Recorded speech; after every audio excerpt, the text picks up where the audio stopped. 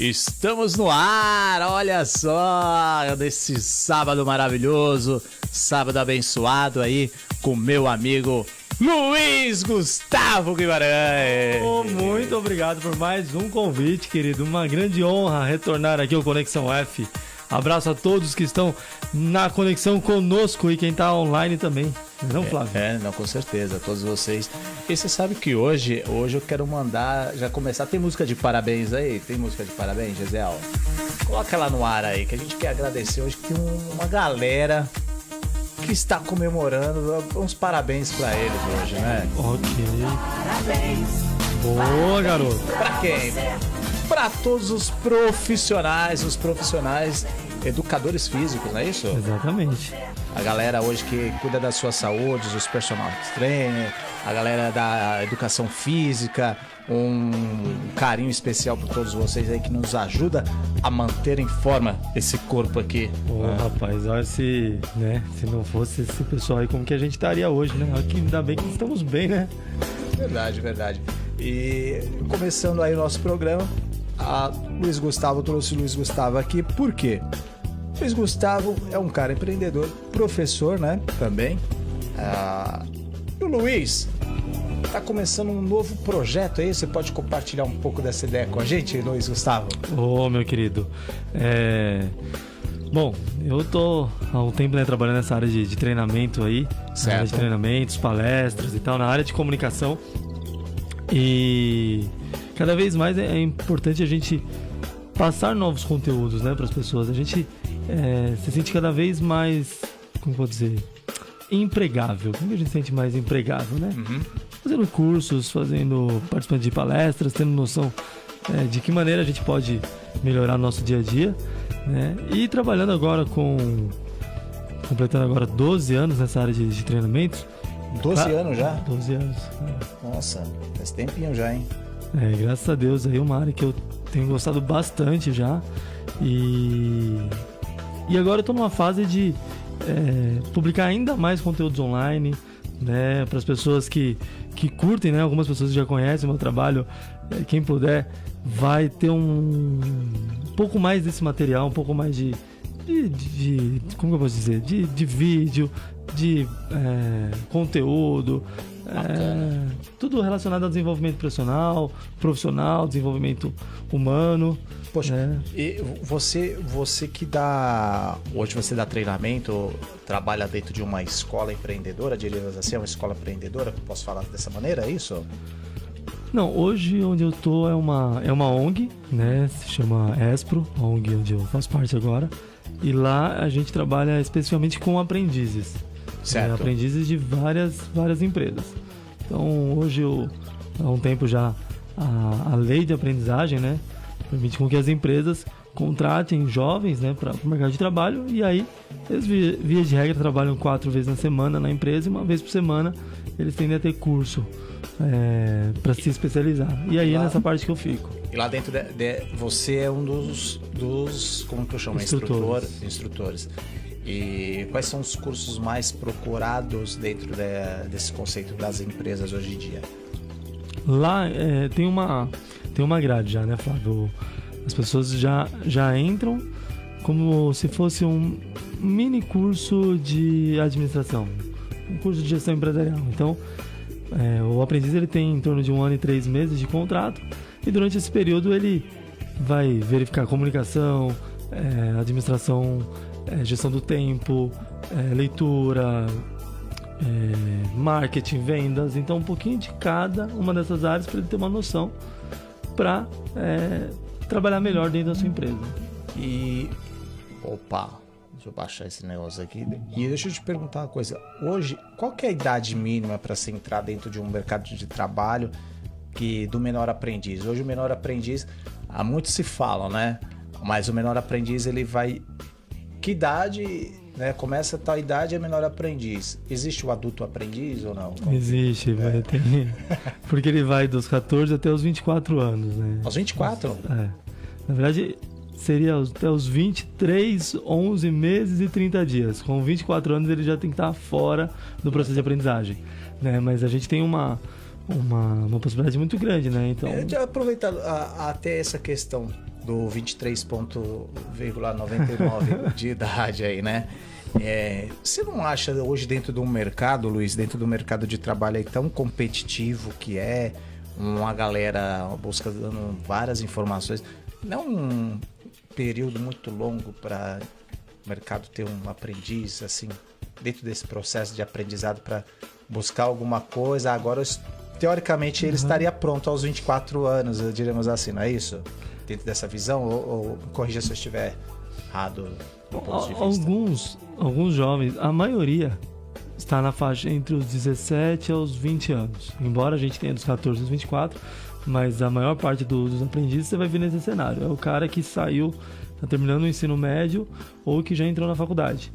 Né? Então, às vezes, ele, mesmo na faculdade, já com 20, 21 anos, não conseguiu uma colocação no mercado, ele faz parte do processo de aprendizagem. Sim. E aí, para ele, é uma parte boa, porque aí ele já está numa empresa. Sim. Né? E tem uma possibilidade muito grande de continuar nessa mesmo que ele entrou. Então, consegue o contrato... até vivenciar mais, né? O que ele está aprendendo. Embora a maioria a gente tenha nessa, como eu disse, dos 17 aos 20 anos, um ou outro você vê com 15, 16 ali, com 22, 23, né? Porque muitas vezes nessa idade, o jovem mesmo já procura um estágio onde ele vai possivelmente ter uma remuneração um pouco maior, né? Mas, quando a gente fala do mercado de trabalho, é uma boa porque é uma troca, né? Para a empresa que tem um jovem que precisa se qualificar, precisa entrar no trabalho, no mercado de trabalho, e outra para a empresa, para o jovem também é bom essa oportunidade, né? Às vezes não está conseguindo se colocar, ter a oportunidade e ele consegue dessa maneira. Eu não sei, você é um pouco mais de idade do que eu, né? Você tem mais tempo do que eu de estado. Eu não sei. 10 anos, a diferença de idade, né? Você tem barba, não tem, né? Tinha até um tempo atrás, agora eu posso, né? Você, quando começou no mercado de trabalho, quantos anos você começou a trabalhar? Eu comecei, acho que com 12, 13 anos. Na carteira CLT ali, registrado? Não, na carteira... Emprego. Eu comecei como office boy, trabalhando com meu pai. Trabalhava onde como office boy, primeiro emprego? Trabalhava aqui em Osasco mesmo, na região central, fazia trabalho... Você era daquele que rodava a pastinha no dedo? Eu não sabia fazer isso, cara. Eu morria de inveja das pessoas que faziam isso e eu não conseguia. Rodava a pastinha no dedo? Não, eu tentava fazer, a pasta caía no chão. Pegava o passe de ônibus, descia pela porta de trás pra economizar o cachorro quente, tipo assim, lembra? Não era mais essa fase? E cachorro quente a gente conhece aqui, né? Dogão, né? Osasco tem como falar, né? De hot dog. Mas você pegou essa fase do rodar pastinha no dedo, do passe de ônibus, você descia pela porta de trás, ao invés de pagar a condução. Quem não fez isso, né? Acho que uma boa parte da nossa época, pelo menos da minha época, conheço muitos office boys. Nós que rodava temos. pastinha lá no centro de São Paulo, né?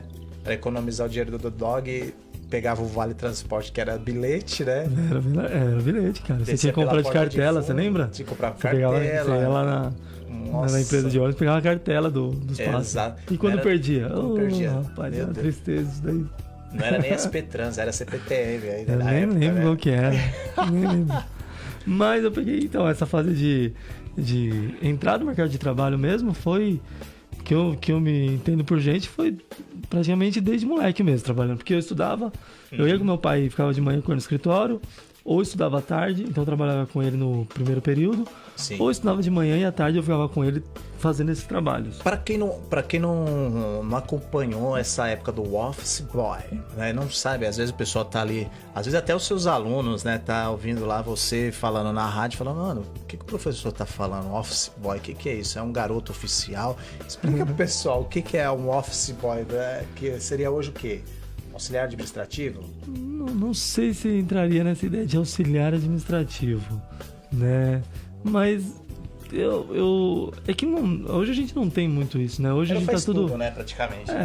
Você ficava no departamento, ou no trabalho, você fazia o que precisava ser boy, feito. Hey boy, Você tinha que ir pro correio, pro banco, fazer atividades externas. Sim. Né?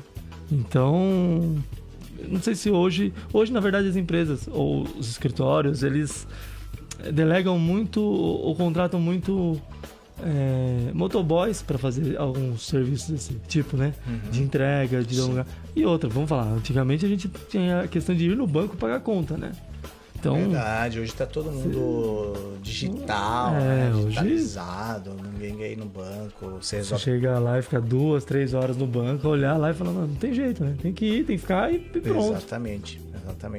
E aos 14 anos você já começou dentro do mercado de trabalho, inserido ali dentro do mercado de trabalho.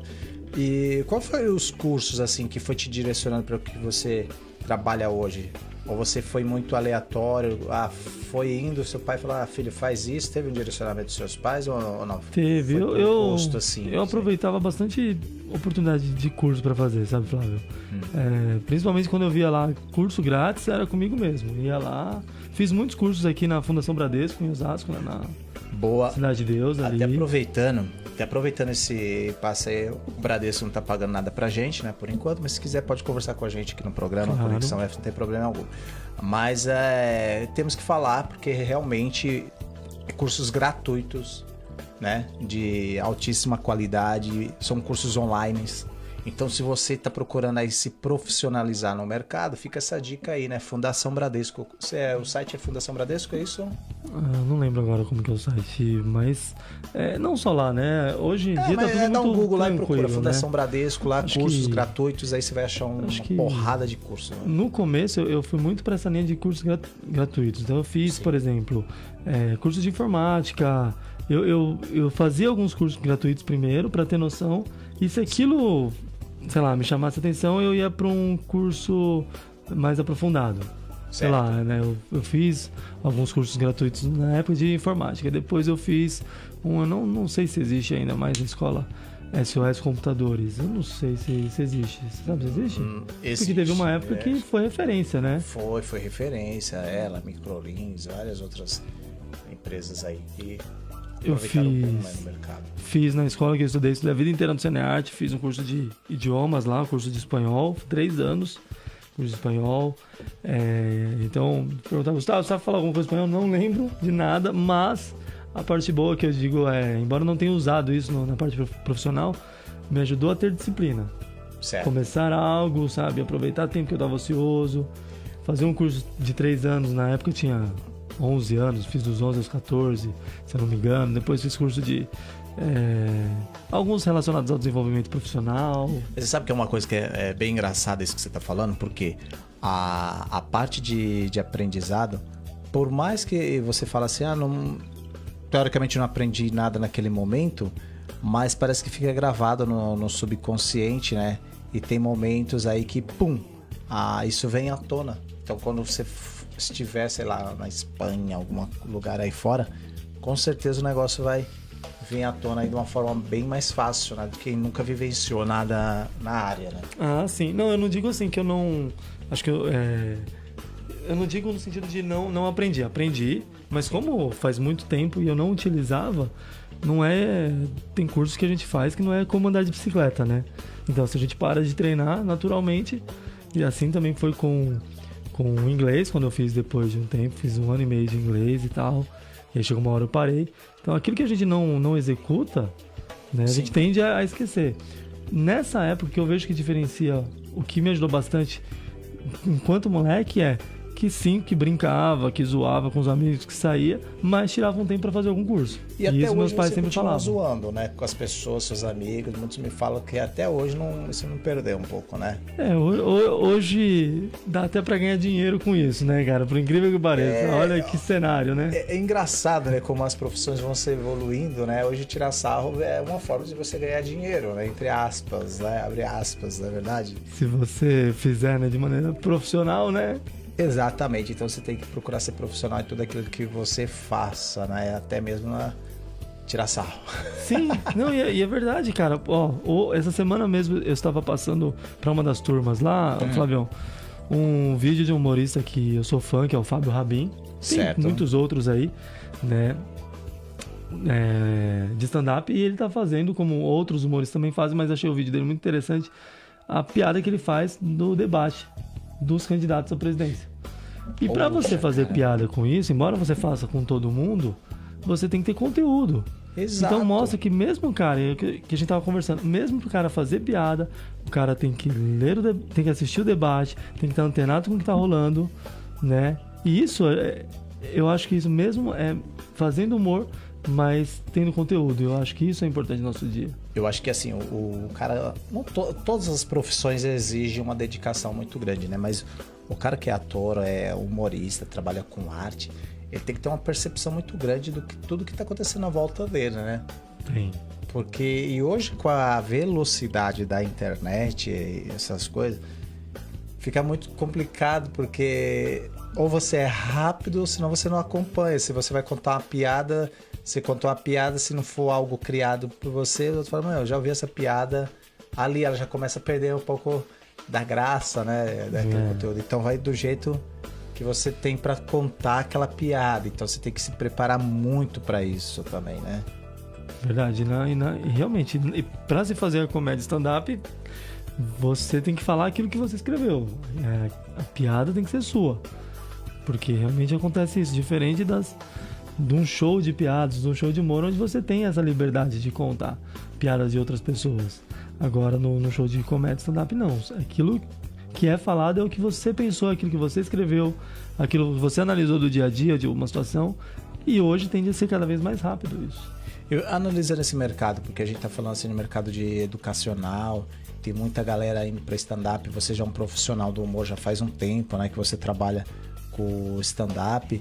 Como você enxerga isso? Você acha que tá tendo um boom assim de pessoas que hoje, mano, tem que fazer, eu vou virar stand-up, eu contei 2 piadas lá no churrasco da família, né?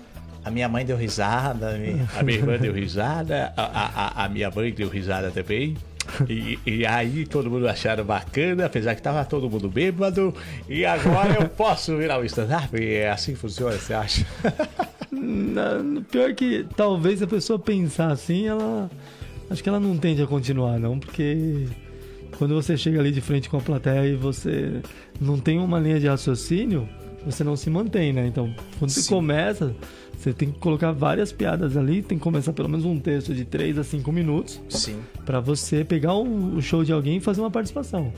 E aí, com o tempo, você vai tendo mais piadas, aumentando o seu tempo no palco. E você falou uma coisa importante, esses dias eu fui no encontro de empreendedores, show de bola, depois eu posso até falar rapidamente sobre isso, mas teve a oportunidade, para você ter uma ideia, nesse encontro, nessa rodada de negócio, né? E aí o que aconteceu? Da pessoa ir lá na frente e falar do serviço dela. Né? Da pessoa ir lá na frente e falar, não, eu trabalho... Sabe? E a pessoa conversava assim, natural. Mas quando vai no palco falar com as pessoas, trava, treme.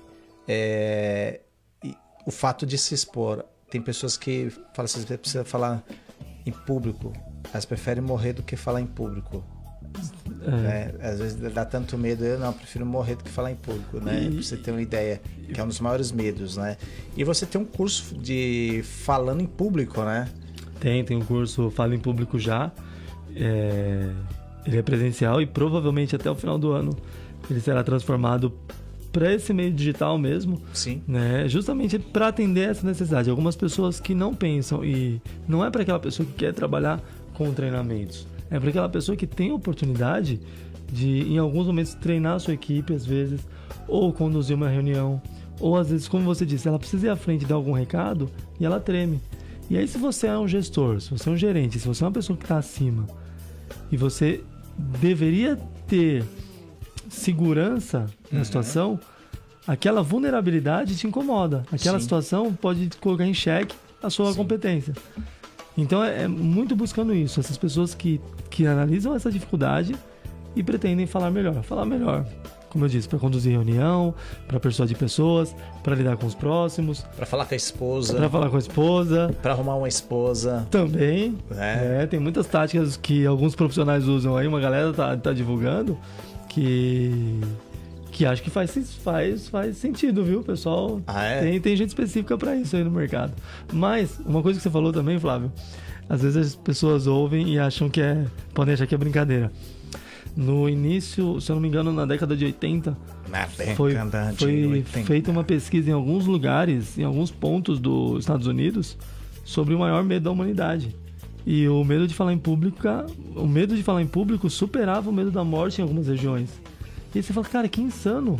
É doido, né? né? Tipo, eu tenho medo de altura? Tenho medo de leão? Tenho medo de paraquedas? Tenho, mas tenho medo de falar em público, que é pior do que isso.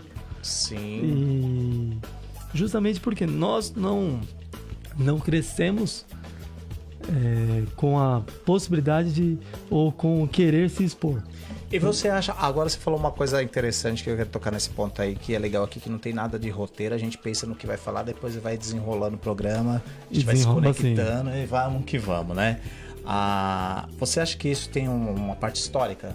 Assim, tem um envolvimento histórico do país, das pessoas às vezes não querer se expressar tanto por medo de uma repreensão, ou ficar reprimido com aquele assunto... não gostei que você falou, aquilo, pá, e aquilo vai travando a pessoa, o pouco ela prefere guardar pra ela e não consegue... A gente, conforme a gente cresce, a gente vai perdendo algumas coisas, né? Algumas sutilezas que temos na infância. Então, quando a gente é criança, a gente gosta de brincar, pular, dançar, e a gente não tá se preocupando com o que os outros acham, né? Você tem uma filha pequena, eu também tenho uma filha pequena, a gente sabe o quanto é prazeroso para as crianças brincar, e eu não tô me ligando. E a gente cresce, a gente acaba sendo podado por outras pessoas e a gente por nós mesmos. Tipo, não pode isso, não pode aquilo. A sua filha já tá um pouco grandinha, mas imagine você a situação. Você comprou aquela sua TV 4K para você poder assistir a sua novela, digo, seu jogo, futebol, sua luta de MMA. E aí você tá lá, quando você chega na casa, sua filha tá com a canetinha lá, passando cena da TV, com 2 anos de idade. Nesse momento, o que você faz? Você a repreende ou você pode estar fazendo um bloqueio com o processo artístico e criativo da criança, onde ela pode se desenvolver no futuro, ser um Van Gogh da vida, ter uma inspiração maior? Eu acredito que a criança, a criança ela tem que ter uns momentos para se soltar, né, para extravasar, mas eu acho que numa situação assim, que você numa situação como essa, sim, acho que é importante repreender. Tem limite, as coisas têm limite, né? E como que eu posso dizer? Tem situações que a gente precisa deixar criar, mas dentro do espaço. Vou dar um exemplo. Esses dias eu estava falando com uma amiga, e aí ela tá falando que na casa dela ela estipulou uma parede pro filho dela rabiscar. Certo. Ela falou, filho, essa parede você pode rabiscar. Uma vez a criança crescendo, rabiscou um lugar e falou, isso aqui não pode, essa aqui não. Mas no quarto dele, ela falou, essa parede aqui você pode. E achei isso bacana. E ela tá viva, a criança? Tá viva, os dois estão bem. Importante. Então, falou, colocou limite. No meu caso, eu não cheguei a dar uma parede pra minha filha, mas eu comprei uma luzinha. Legal, falar aqui, legal. Também que ela não... então, nessas primeiras situações de alguma coisa na parede, aqui não pode. Mas, você tem uma lousa pra isso, você tem caderno, você tem papel. Então, aqui pode. Eita. Inclusive no papel, né? Nem todo papel a criança pode assinar. Você tá lá com um boleto pra pagar, você tá com um documento. Sim. Né? Como você enxerga esse processo lúdico dentro do aprendizado? Você que é humorista, você trabalha um pouco com essa parte da arte. Como que você enxerga a importância do processo lúdico dentro de um aprendizado? Eu acredito que é importante você ter novas formas de lidar com as pessoas. Quando você passa um treinamento, quando você tá passando alguma coisa.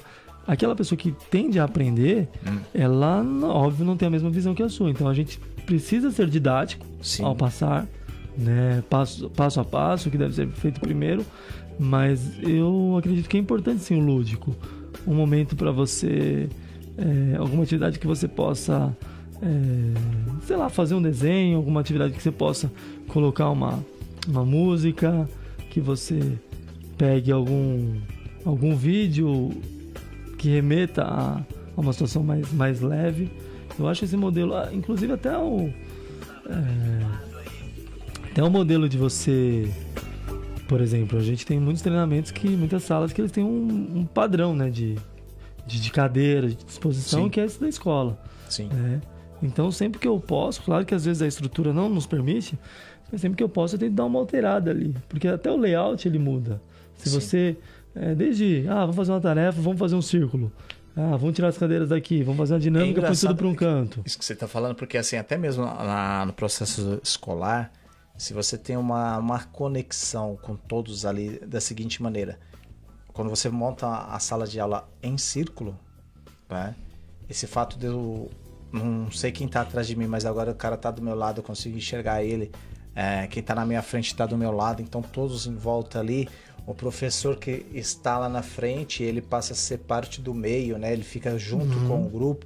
Eu acho que esse é um processo de aprendizado até mais fácil, né? A didática da pessoa aprender a assimilar as coisas ali, não é? Sim, sempre que é possível, acho que o ideal é fazer isso. Até porque você fica lado a lado, né? Com a pessoa. Boa, lado a lado. Você não fica ali naquela disposição de um à frente do outro. Inclusive para as reuniões, né? Tem uma...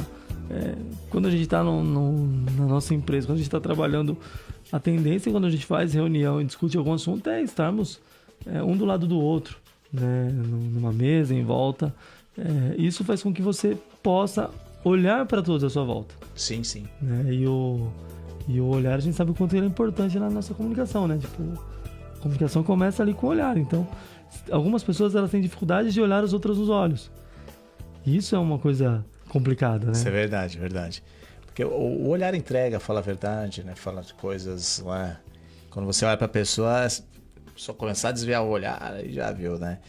E o que eu te perguntar, assim, em relação a todo esse processo de aprendizado lúdico, hoje a comunicação, né? O que você te pegava na época da escola, assim, poxa, o processo de comunicação, como era hoje, como que você vê as plataformas hoje de aprendizado e como você enxerga isso daqui a 10 anos? Como que você acha que vai ter essa pegada, o antes, o agora e o depois? Bom, antes de maneira geral, sempre que a gente precisava aprender alguma coisa, a gente recorria a gente não tinha na internet, então a gente recorria a livros e cursos. Tinha enciclopédia na sua casa, é isso? Tinha, acho que toda a família tinha, né? Da Barça, verdade. E aí a gente usou umas 2, 3 vezes. O que é enciclopédia? O que eles estão falando sobre isso, né? Enciclopédia. E aí a gente vê o quanto a gente tá velho, né? Era o Google antigamente, né? Era o Google.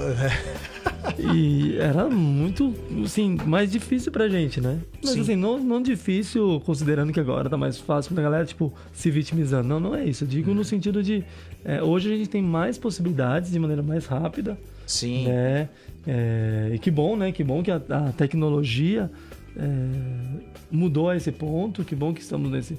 Mas o que eu vejo de antes, agora e depois. Então, antes eu via muito isso, essa coisa de quer melhorar algo, então era curso que a gente ia fazer, ponto. Ou Sim. buscar algum livro, mas eram poucas as pessoas que eram autodidatas. Que elas falavam, vou aprender tal coisa, vou por esse livro. Hoje a gente vê, tem essa questão muito da parte presencial, ainda é forte, mas cada vez mais abrindo espaço para a área online. Hoje, certo. Se você quiser aprender a fazer qualquer coisa, quero aprender a fazer essa mesa que está aqui no estúdio, azul de madeira, como é que faz? Deve ter alguém no YouTube ensinando como fazer uma mesa como essa. Uma madeira com madeira azul, com certeza, com certeza. E a tendência, eu acredito que seja essa, cada vez mais buscarmos conteúdos online, sabe? Conteúdos para que a gente... Hoje, muitas pessoas já não saem de casa para aprender algo. Sim. Né? Então, a parte boa e que eu vejo nos próximos 10 anos é que isso se tornará ainda mais prático. Hoje, quando os alunos vão lá para a sua sala de aula fazer o acompanhamento com você sente que eles estão mais propícios ao aprendizado? Ou não? Com tanta tecnologia, eles acham que, não, depois eu busco isso no Google, dou um Google lá, ou busco isso, outro tipo de informação. E o processo de aprendizado, de aproveitar aquela situação ali no momento, tá difícil. A importância de você estar ali com as pessoas aí algo que realmente no online a gente não vai conseguir ter, que é a interação. E você ter uma ideia, por exemplo, eu acho que professor de informática, meus amigos aí, professores de informática, depois fala aí que tá achando, porque é complicado. Eu vejo assim que hoje um professor de informática tem que competir, demonstrar, ensinar um aluno, que o aluno ele já nasce com Wi-Fi, já vem com Bluetooth, já vem com hardware mais avantajado, você vai explicar as coisas para ele, o moleque já tá desenvolvendo um programa na casa dele, e aí você tá passando informações basicão. E às vezes o moleque tá... Mas aí nessa situação, quando pode acontecer isso, mas aí o errado, vamos pôr, não nesse momento não é o professor, né? Ele tá oferecendo um curso básico, e o cara que já manja tá lá fazendo esse básico, então... É que eu digo assim, que o processo tá muito rápido, né? Essa molecada, essa galera que tá vindo aí já tem um feeling para essas coisas tecnológicas muito mais que a gente, né? Muito mais que a gente, então... Sim, tudo acho que tem a ver com tecnologia. Se a gente puder falar com o jovem, a gente vai aprender de maneira muito mais rápida, muito mais prática. Mas eu acho que existem situações, quando eu posso, sim, independente se é informática ou qualquer área, eu tô num processo. Na faculdade mesmo a gente vê, dependendo da matéria que você está aprendendo, talvez você já exerça na sua área. Sim. E você manje muito mais do que o professor. Porém, em vez de regra, você entende que faz parte de um cenário e tem coisas ali, partes técnicas, que você não tem. Você tem, às vezes, na vivência, mas não tem algumas coisas ali que são importantes também. E aí é aquela coisa de, ok, talvez eu conheça um pouco mais do que o Flávio, mas deixa eu ver, porque ele está aqui, então tem mais coisas que eu preciso aprender com ele. E aí eu me coloco par. Eu acho que são poucos os casos onde a gente tem essa rebeldia, do tipo, quero ser melhor que o Flávio. O Flávio é meu professor, quero mostrar pra ele que eu manjo mais. Que eu sei. Eu acho que isso... Como você vê hoje essa criançada, eu gosto de falar muito do jovem, porque assim, teoricamente é o futuro, né? Que a gente tá preparando essa galera aí pra assumir grandes cargos, né? Que tem uma visão mais ampla, que tem um pouco mais de Deus dentro do coração pra tocar esse país maravilhoso que é o Brasil e o mundo todo. Como você, hoje, essa turma que vão para a escola, no processo aí, até mesmo onde você dá aula, ele já tá chegando assim, sabendo mais ou menos para onde ele quer ir? Ou chega assim, tô aqui porque pediram para eu ir, ou chega assim e fala, não, eu entrei porque eu tenho um sonho, eu quero ser um diretor de empresa, de tal empresa, trabalhar lá, tal... não hoje, eu acho que quando nós chegamos na fase dos 17 anos, 18 ali, a maioria de nós acaba tendo a primeira grande decisão da sua vida, que é que caminho seguir. Porque até então a gente pensava qual camiseta que eu ia colocar no dia seguinte. Salvo uma ou outra exceção que tem uma responsabilidade desde pequeno, de cuidar da família e tal, né? Mas em via de regra, você se depara, então não vejo como os jovens de hoje. Eu vejo que os jovens, quando chegam nessa idade, que tem que tomar uma decisão forte, e aí ele tende a achar que aquela profissão que ele vai escolher, ou a área que ele vai escolher pro resto da vida, eu acho que aí pesa e aí rola uma pressão. Porque não necessariamente tem que ser pro resto da vida, né? Pode ser algo que você faça pros próximos 5, 10 anos, pode ser algo sim que você... Até porque você pode entrar numa área e descobrir que não é aquilo. Experimentar, né? Experimentar, porque assim, eu conheço pessoas que trabalham em empresas, tocam 2, 3 negócios, né? Pessoas que trabalham aí, exercem outras atividades, ou está se descobrindo, ou porque realmente gosta de trabalhar em diversas áreas. Hoje você trabalha como, por exemplo, eu sei que é stand-up, você dá aula, está desenvolvendo cursos, né? Tem uma série de coisas aí ao favor, não é isso?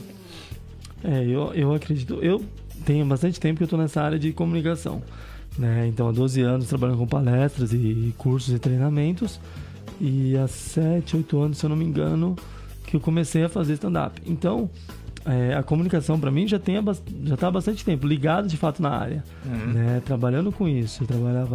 Fui office boy, depois fui trabalhar com meu pai, depois fui trabalhar num banco, fiquei ali um período na parte administrativa, fiquei 2 anos ali, comecei a ver que não era um cenário que me agradava, não me imaginava fazendo aquilo o resto da vida, então aí eu fui para essa área de comunicação.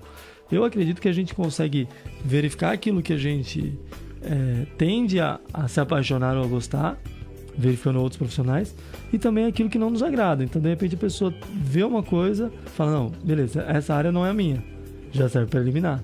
Mas dá para conduzir algumas coisas ao mesmo tempo. E tem que experimentar, né? Às vezes você fica na dúvida, será que eu vou me dar bem naquela área? Será que aquela área é a área que eu estou buscando para o meu negócio, para o meu desenvolvimento pessoal?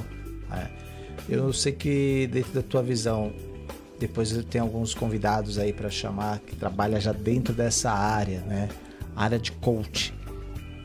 Você chegou a trabalhar já alguma coisa assim? Já fez cursos de coach para desenvolvimento? Que hoje tá uma moda, de certa forma, tá uma moda também, né? Acaba virando meio que modismo, né? Negócio do coach, né? Hoje tem muita gente que resolveu se tornar coach porque realmente, como você falou, é moda. Mas... É a mesma coisa que você pegar, cortando você, aquele cara que às vezes vê isso no mercado, nunca falou em público. O cara nunca falou em público, né? O máximo que falou foi com ele mesmo no espelho ali, tal, para não perder a vergonha. E quer dar curso de comunicação de vendas, né? Ou de venda, nunca vendeu nada e quer trabalhar com vendas. Você vê alguma coisa assim no mercado também, Luiz? Tem e não se sustenta, né? Quando eu digo que a gente tem o nosso histórico. Então, é o que as pessoas vão falar e vão acreditar à nossa volta. Então, por exemplo, que nem você deu essa situação do cara que não domina e vai oferecer um treinamento de uma área que ele não conhece. Ele até pode fazer uma 2 vezes, mas não se mantém. A ideia do coaching, tem muita gente que entrou numa moda. Eu já fiz alguns treinamentos ligados a desenvolvimento e comportamento humano, de programação neurolinguística, né, que é PNL, de alguns outros específicos, para realmente entender como a gente pode lidar com o ser humano de maneira mais agradável, né? E ter melhores resultados com isso, mas eu não tenho propriedade para ser coach. Acho que coach são algumas pessoas que elas trabalham de maneira muito específica naquela realização do seu sonho, naquilo que você precisa realizar, e tende a trabalhar muito mais com perguntas, né? O coach, ele não fala o que você vai fazer, ele te orienta, ele descobre. Disso, né? Soubesse, né? Ele faz com que você fale. Né? Mas sabe o que é engraçado? Porque isso justamente volta daquilo lá que eu tava comentando dos jovens hoje em dia, a questão do sonhar, né? Sonhar. Você acha que hoje as pessoas estão deixando um pouco de lado essa questão do sonhar? De acreditar em algo assim, que você fala, tem tanto forças assim, colocando você para baixo em certas situações. Se a pessoa não tiver um preparo psicológico, não tiver com Deus, não tiver com Jesus lado a lado ali, parece que a pessoa fica meio cabisbaixa, né? E deixa de sonhar um pouco, né? Acreditar um pouco mais nela, né? Eu também acho que, na verdade, são poucas as pessoas que se mantêm forte, né? Que é no objetivo. Porque sim, vão ter dificuldades, vão ter barreiras, mas eu costumo olhar para as pessoas à nossa volta, né? Independente de você pensar em alguém famoso, pensar na mídia, que as histórias são muito parecidas de quem conquistou algo. Sim. Né? Dificuldade, fui lá, superei, e são belos exemplos pra gente. Mas a gente também pode olhar para as pessoas próximas da gente. Sim. A questão de você concluir aquilo, ou chegar num propósito, o seu objetivo pode ser algo físico. Comprei um carro, mudei de casa, fiz uma viagem. Como pode ser algo, poxa, hoje me relaciono melhor com as pessoas. Hoje sou mais seguro para lidar com o ser humano. Hoje sou mais apto a receber críticas. Sim. Então tudo que tem a ver... Tacou na lata, porque estou mais mais apto a receber crítica, porque tem um momento que você tem que se permitir, porque a crítica vai vir, vai. Só que se você pegar e realmente achar que tudo é com você, que você é vítima... De colocar as pessoas na berlinda, as pessoas hoje se dão muito mais... Agora, quando ela está ali, naquele momento, ouvindo, né, os feedbacks, né, sei lá, as críticas, ou entender que aquele ponto pode ajudar no crescimento dela, tem que ter um trabalho muito grande de aceitação, né? Como você está falando, de aceitação, né? E vai muito também de quem está fazendo. Tem uma técnica que eu acho muito bacana, que alguns chamam de técnica do lanche, técnica do sanduíche.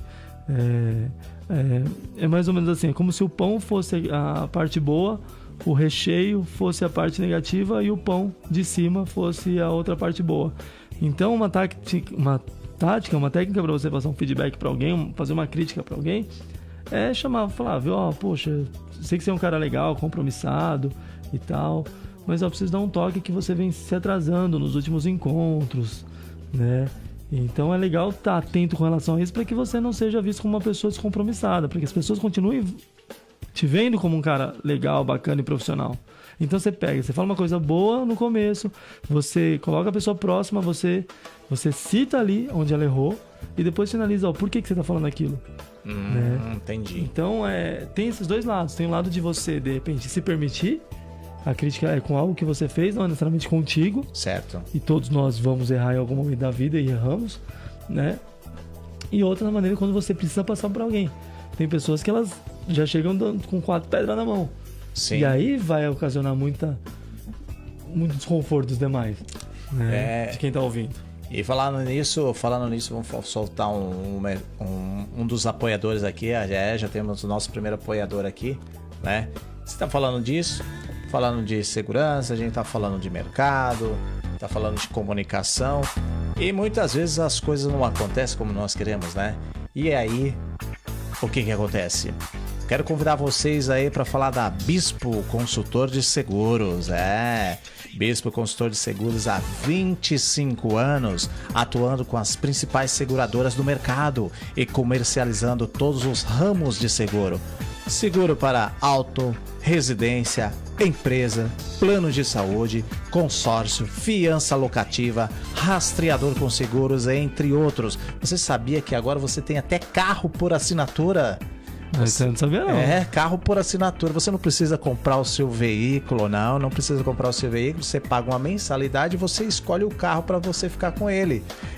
Mais informações, entre em contato com Bispo Seguros no telefone 2679-9351. Repetindo, 2679-9351. Bispo Seguros.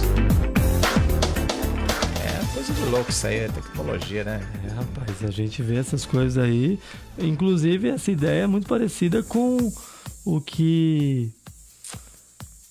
Poxa, eu esqueci o nome, rapaz, me perdoa.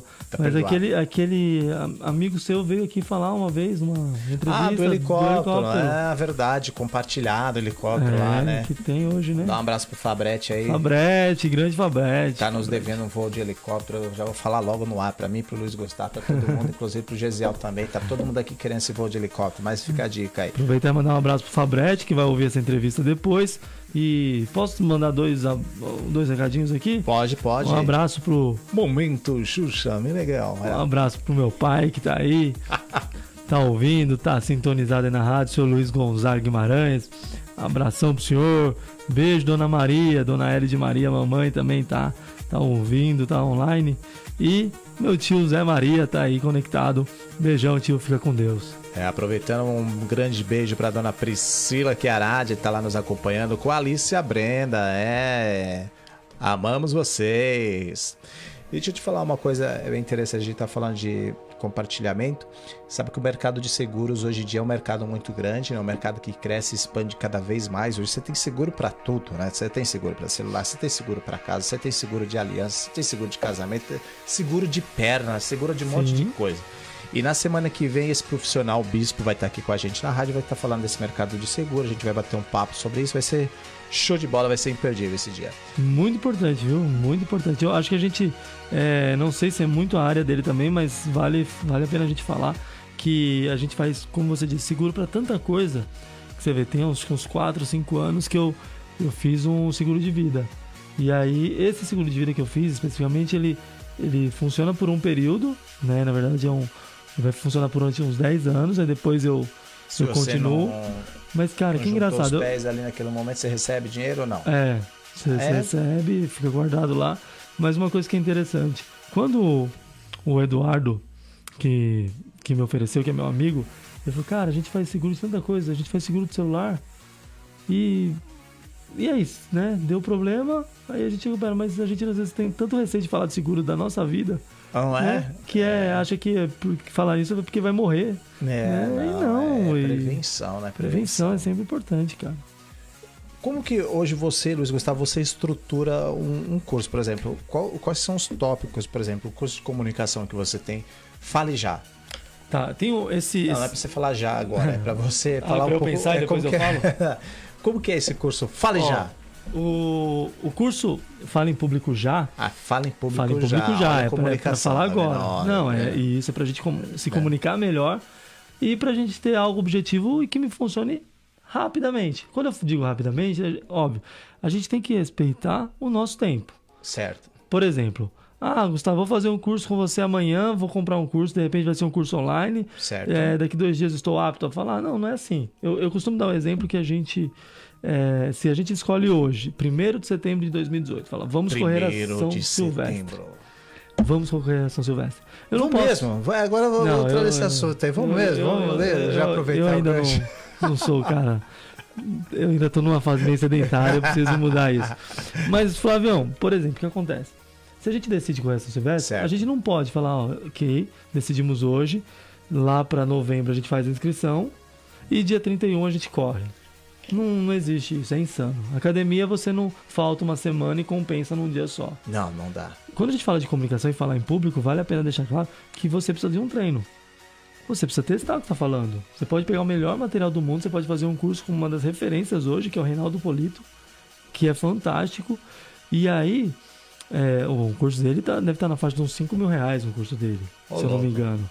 Mas vale a pena? Vale, é um cara que tem nome, tem histórico. Porém, se você mesmo pegar um cara desse e fazer um curso, se você não treinar, não adianta nada. Curso de inglês, eu vou para a melhor escola do mundo. Sim. Não treino, você vai esquecer. Exato.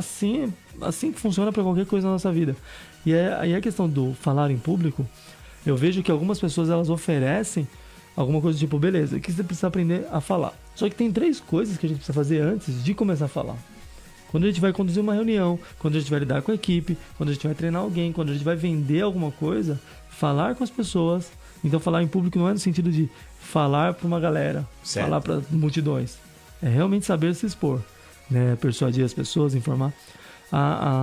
Eu normalmente divido em 4 etapas que eu acredito que são cruciais para o nosso desenvolvimento, Flávio. A primeira delas é uma mudança de mindset. Mindset é a forma como a gente enxerga o mundo, né? É a forma como você está analisando. Por que você vai falar aquilo? Né? Você acredita que aquilo é bom? Ou eu vou dar o exemplo de quando a gente pensa em emagrecer. Quem nunca tentou emagrecer uma vez na vida? Eu. Se você falar assim, putz, vou emagrecer, mas é chato, vou parar de comer comida gostosa, vai ser maçante, vai ser sacrifício, putz, você vai durar pouco tempo, porque você está enchendo de informações negativas seu cérebro. Ou você encontra um objetivo muito forte para seguir aquilo ali, né? Método, foco. O ideal é que a gente mude a nossa mente de maneira mais positiva. Por que eu vou emagrecer? Porque eu vou me sentir melhor, porque eu vou poder brincar com os meus filhos, porque eu vou poder correr, porque eu vou voltar a usar aquela roupa que eu queria. Sim. É a mesma situação, é a forma como você encara, é a informação, como você põe isso pro seu cérebro. Então, para falar em público, se você falar assim, vou falar, as pessoas vão ver que eu tô errado, vão analisar minha forma de... Vão analisar se eu vou gaguejar, vão analisar se eu tiver suando frio. Não, eu vou falar para quê? Eu vou falar porque a minha informação é importante, porque aquilo que eu tenho, outras pessoas não têm. Eu preciso multiplicar essa informação, né? O segundo passo, então, a primeira coisa que a gente faz é mudar a nossa forma de pensar. Certo. O segundo passo é ter conteúdo, né? A gente está cada vez mais lotado de informações e pouco conteúdo. Então, informações a gente tem o tempo todo. Aqui, ali, redes sociais e tal. Mas o que é conteúdo? É você ter base para falar de algo. É como você deu exemplo agora há pouco. Se o cara passou a vida inteira trabalhando com vendas, ele nunca foi profissional, ele nunca foi treinador, instrutor, palestrante, mas ele passou a vida inteira trabalhando com vendas, se ele oferecer um curso de vendas, é muito provável que ele vai bem, porque ele tem um histórico para isso, ele tem conteúdo para falar. Tantos jogadores de futebol que depois de uma carreira, ou eles vão pensar na área em ser técnico, ou estar junto com a técnica, ou ser comentarista. Muitos pretendem continuar nessa área porque eles têm base. Sim, claro. Então, quando eu falo ter conteúdo, cada um vai ter um tempo. Você vai ter que estudar um assunto, você leva meia hora, 1 hora, tem gente que vai levar 2 dias para aprender aquele assunto. Mas você tem que estudar, você tem que ler, você tem que se informar, você tem que conversar com as pessoas sobre aquilo. Tem um profissional também, que eu acho que tá conversando aí para ver a agenda dele, que é uma agenda muito complicada. Ricardo Jordão, ele fala, se você quer ser um cara foda naquilo que você tá fazendo, lê pelo menos um livro por mês dentro daquele assunto que você quer ser o cara expert, que com certeza dentro de um ano você vai ser o cara mais foda que existe dentro da tua área. Você tem que fazer o que as outras pessoas não estão fazendo. Por exemplo, tá todo mundo fazendo isso, então eu vou fazer isso, mais isso. Só que quando a gente fala Por exemplo, o que é um cara que trabalha numa empresa e vai conduzir reuniões com as pessoas? Qual que é o conteúdo que ele tem que ter? Ele tem que saber o que ele está fazendo ali, ele tem que saber o papel de cada um, ele tem que saber estipular as divisões necessárias. Sim. Né? É aquela pessoa que fala, não, putz, o fulano merece estar ali. Eu respeito o cara que é meu chefe, o que está acima. Né? A pessoa que vai trabalhar com vendas. Eu costumo dizer que quando você vai trabalhar com esse exemplo é muito bom de vendas. Você vai comprar um celular. Você chega para um vendedor e fala, eu quero entre essa marca e essa.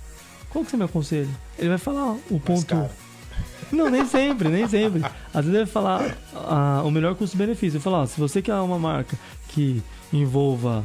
Você quer tirar bastante fotos, você quer ter uma imagem legal, essa aqui é boa. Porque o processamento dela não é tão legal, mas a imagem é boa. Mas se você é um cara que gosta de jogar, gosta de entrar na internet, quer entrar cada vez mais rápido, essa aqui é melhor. Porque a forma como esse mecanismo de trabalho é muito mais rápido. Sim. Então ele está te dando 2 opções de todos os celulares que ele conhece e de todos os equipamentos eletrônicos que ele tem. Ter conteúdo é a gente pegar de tudo que a gente conhece e escolher uma parte para falar. Né? A terceira divisão que eu costumo passar é a pessoa tem que ter roteiro. Se a pessoa vai lá conduzir um treinamento, se a pessoa vai aplicar uma reunião, se a pessoa vai fazer algo e ela não estipulou ali o que é A, B, C e D, pode acontecer, você já deve ter participado de reunião, que a previsão era para durar 40 minutos, durou 2 horas. Aí já acaba sendo um treinamento, né? Não é nem uma reunião. Porque eu acho que também, como você fala, tem a período, né? Que identifica as coisas. Eu acho assim, só de 30 minutos já não acaba sendo mais uma reunião para alinhamento de projetos de ideia, né? Aí começa meia hora, 40, 50, 1 hora, 2 horas, já é uma palestra, um treinamento. Não, é porque assim, o que acontece? Falta planejamento, falta roteiro. O que é mais importante para falar? E às vezes precisa ir embora e não falou aquilo que era mais importante, falou correndo. Ou de repente, eu tenho alguns assuntos para falar, tenho 4 ou 5 assuntos para lidar com as pessoas. E aí eu escolho o pior assunto para falar por último. Eu vou falando os assuntos que são importantes, um legalzinho eu falo, e o pior assunto eu falo por último. Cara, você não estipulou um roteiro, você deixou as pessoas com uma imagem negativa. Exato. O ideal é você trocar isso, finalizar com um assunto mais leve. É que nem jornal. No jornal a gente vê uma série de notícias tristes, mas vira e mexe termina com futebol, com o esporte. É de propósito. Sim. É entender um roteiro, é ter uma base, tipo... E aí a gente tem roteiro, desde o simples, que é um guardanapo, vou falar disso, anotar no celular algumas informações, como um roteiro mais complexo, que é um mapa mental, por exemplo, que você deixa mais detalhes para aquilo. E aí sim, depois dessas 3 etapas, Flávio, aí sim a pessoa está apta para falar. Que aí é o 4º passo. Aí que ela vai falar.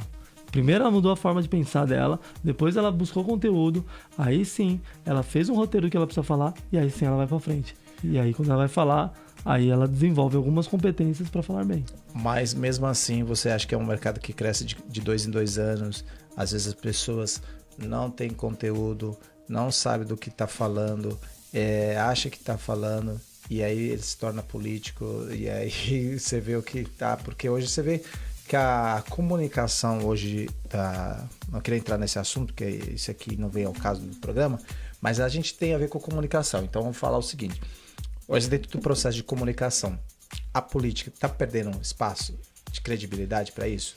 Porque hoje, não só a percepção minha, hoje quando você vê um candidato aí, agora que a gente está chegando nessa época aí, né, em outubro, às vezes não passa credibilidade mais, você já sabe, às vezes uma história, a forma até de se expressar, que eles olham assim, eles não falam olhando para você. Por exemplo, estou conversando com você, olho a olho, aquela questão da verdade que nós estávamos falando, mas eu estou falando aqui, então, Luiz Gustavo, na verdade eu tenho que te falar, porque o nosso plano é isso, XPTO e tal. Você acha que isso aí já está batido dentro de um processo de comunicação, ou isso não muda, isso não vai mudar? Alguns candidatos, independente...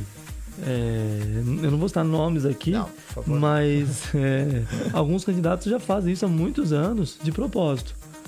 Sabe lidar com o público, sabe como falar. E aí não só candidatos, vale lembrar que pessoas que estão à frente de determinadas religiões, também independente da religião, eles sabem como cativar o público.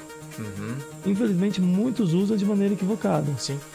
Mas dá para se aprender, então assim, dá para verificar. Tirando a parte negativa, por exemplo, quando alguém vai dar um discurso, o tom de voz que ela usa, Sim. o momento que ele muda esse tom de voz, a hora que ele está sendo simpático com alguém. Vou dar um exemplo meio que clássico que tem a ver com a parte de comunicação do atual presidente dos Estados Unidos e o último, né, do Donald Trump e do Barack Obama. O Donald Trump é um cara que demonstra muita agressividade. Se você for analisar depois, quem puder analisar os vídeos que ele tem, só a forma dele cumprimentar as pessoas, ele já demonstra autoridade. Ele oferece a mão dele com a palma para cima, então isso tem toda uma explicação. E quando as pessoas o cumprimentam, ele puxa essa pessoa para próxima a ele, para demonstrar que aquele território é dele. Então tem algumas coisas que são propositais, para falar, ó, quem manda aqui sou eu. O Barack Obama é um cara muito simpático, ele conseguiu a aclamação do público pela simpatia, pelo carisma dele. Embora seja um cara carismático, né, ele soube usar isso de maneira proposital, pro bem dele, né? Então, algumas coisas que a gente ainda vê, alguns candidatos, por exemplo, alguns já fazem isso, outros ainda pecam usando discursos antigos, que não atraem, de repente, a população, e outros, de repente, não têm aquela força que poderia ter. Bom, pessoal, a gente está chegando ao final do nosso programa. Eu quero agradecer imensamente Luiz Gustavo. Hoje a gente falou aí sobre o processo de comunicação, aprendizado, novas tecnologias aí para plataformas digitais. É isso. Quero agradecer a todos vocês que estão nos curtindo aí no programa. Curte, divulga, chama os amigos. Quer mandar algum recado, Luiz? Quero agradecer a todos que estiveram com a gente aí, nos ouvindo, e divulgar meu novo Insta, que é @GustavoGuimarãesOficial. Então, para você que quer saber mais de treinamento, comportamento humano, desenvolvimento pessoal e profissional, me segue lá no Instagram, @GustavoGuimarãesOficial. É isso aí, galera. Obrigado e até sábado que vem no programa Conexão F. Obrigado, Flavião. Nova Difusora AM. Sou Mara Gabrilli, aos 26 anos, sofreu um acidente.